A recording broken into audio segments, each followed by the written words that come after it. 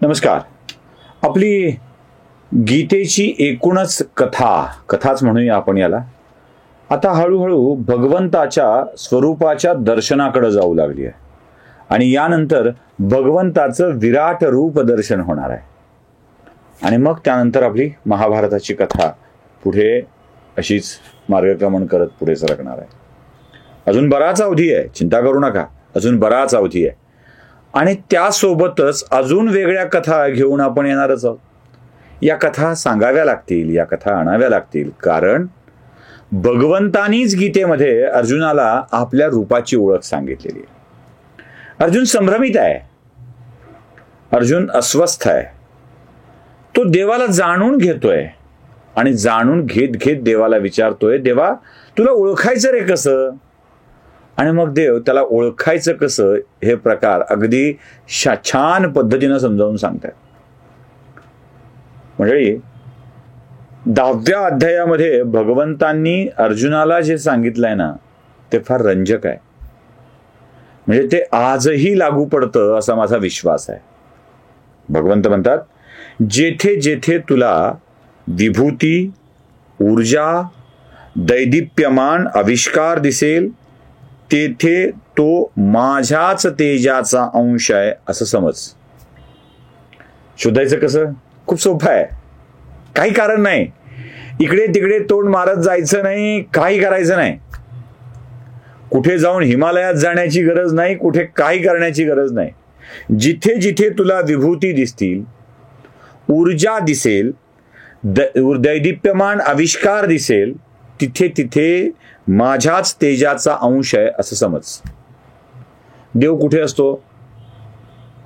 देव कसा दिसतो? हो, आपण म्हणतो ना नेहमी की पाण्यात पडावं, बुडून बुडून मरता मरता कोणीतरी अचानक निर्हेतुक पाण्यात उडी मारावी आणि आपल्याला काढून बाजूला न्यावं. देव आलेला असतो. गजेंद्र मोक्षासाठी आलेला देव धावा केल्याबरोबर आणि तुम्हाला पाण्यात बुडून वाचवणारा माणूस हा त्याच दैदिप्यमान तेजाचा एक अंश असतो. तुम्ही प्रचंड संकटात आहात, कोणताही मार्ग दिसत नाही आहे, अशा वेळी तुम्हाला कोणीतरी मदत करतं आणि सांगतं आता आयुष्य जग, तो देवाचा अंश असेल की नाही? एक कथा छान सांगितली जाते आणि ती कथा अशी आहे की एक माणूस रोज आपल्या देवाची पूजा करायचा, रोज मंदिरातल्या देवाची पूजा करायचा, महादेवाचं मंदिर ते, आणि पूजा करत बसायचं. त्याला विश्वास होता की एक ना एक दिवस महादेव त्याच्या आयुष्याचं कल्याण करतील. रोज न चुकता पूजा करायचं आणि देवाची सेवा करतच तिथे बसलेला असायचं. एक दिवस त्या मंदिराच्या शेजारी असलेल्या नदीमध्ये प्रचंड पावसामुळे पूर यायला लागतो, प्रचंड पूर. बघता बघता नदी आपल्या तीरांना ओलांडून तीरावरल्या घरांच्या मध्ये घुसू लागते, गावात पाणी घुसू लागतं, मंदिराच्या पायऱ्याला पाणी लागतं. गावातली माणसं आपली आपली घरं सोडून सुरक्षित स्थळी उंच जागेवर निघून जातात आणि या मंदिरात देवाची पूजा करत बसलेल्या या माणसाला सांगतात की अरे चल, मंदिरात पाणी घुसायला लागलंय, आता मंदिराच्या पायऱ्यावर पाणी आलंय, सगळं गाव निघून चाललंय. तरीही तो निष्ठेनं देवाची सेवा करत बसतो. तो म्हणतो की माझा देव मला वाचवेल, नक्की वाचवेल. हळूहळू मंदिराच्या पायऱ्यावरचं पाणी मंदिराच्या ओवरीमध्ये येतं. तेव्हाही काही लोक येतात आणि सांगतात की अरे चल, आता मंदिरात पाणी घुसलंय, आत घुसलंय, बुडशील, मंदिर टिकणार नाहीये, मंदिर पण बुडणार आहे, चल लवकर. नाही येत तो म्हणतो देव मला वाचवेल. शेवटी मंदिरात पाणी येत आहे म्हणून तो मंदिराच्या छतावर जातो. मंदिराच्या छतावर तो चढलेला असतो आणि तेवढ्यात तिथून एक नौका जात असते, त्या नौकेतून माणसाला बाजूला काढलेलं असतं, वाचवलेलं असतं. त्यातला नावाडी म्हणतो अरे चल, या नौकेत बस, तुला नेऊन सोडतो तिकडे. तो म्हणतो नाही, माझा देव मला वाचवायला येईल. शेवटी शेवटी छतही पाण्याखाली जातं आणि तो कळसावर चढतो आणि देवाला वर बघून विचारतो, देवा काय रे, तुझ्या सेवेत माझा खंड पडला होता का नाही वाचवत आहेस मला? तेव्हा देव त्याच्या कानाखाली आवाज काढून सांगतो, नालायका, 3 वेळेला आलो होतो तुला न्यायला. 3 वेळेला. पायऱ्याला पाणी लागलं तेव्हा सांगितलं चल. मंदिरात पाणी घुसलं तेव्हा सांगितलं चल. छतावर पाणी लागलं तेव्हा सांगितलं चल. तू नाही आलास. तू मला हाक मारत राहिलास. मी येऊन गेलो, पण तुला नाही कळलं ना, अजून म्हणतोयस मला वाचवायला का आला नाहीस. देव कसा असतो हे त्याला ओळखता आलं पाहिजे. आणि ज्याला देव कसा येतो आणि तो कसा मदत करतो हे कळतं ना, त्यालाच देवाची ओळख असते. अर्जुनालाही भगवंत हेच सांगतायत, अर्जुना, माझी ओळख इतरत्र कुठे करण्याची गरज नाही आहे, आवश्यकता नाही आहे. जिथे कुठे विभूती असतील, विभूती हा शब्द वापरला.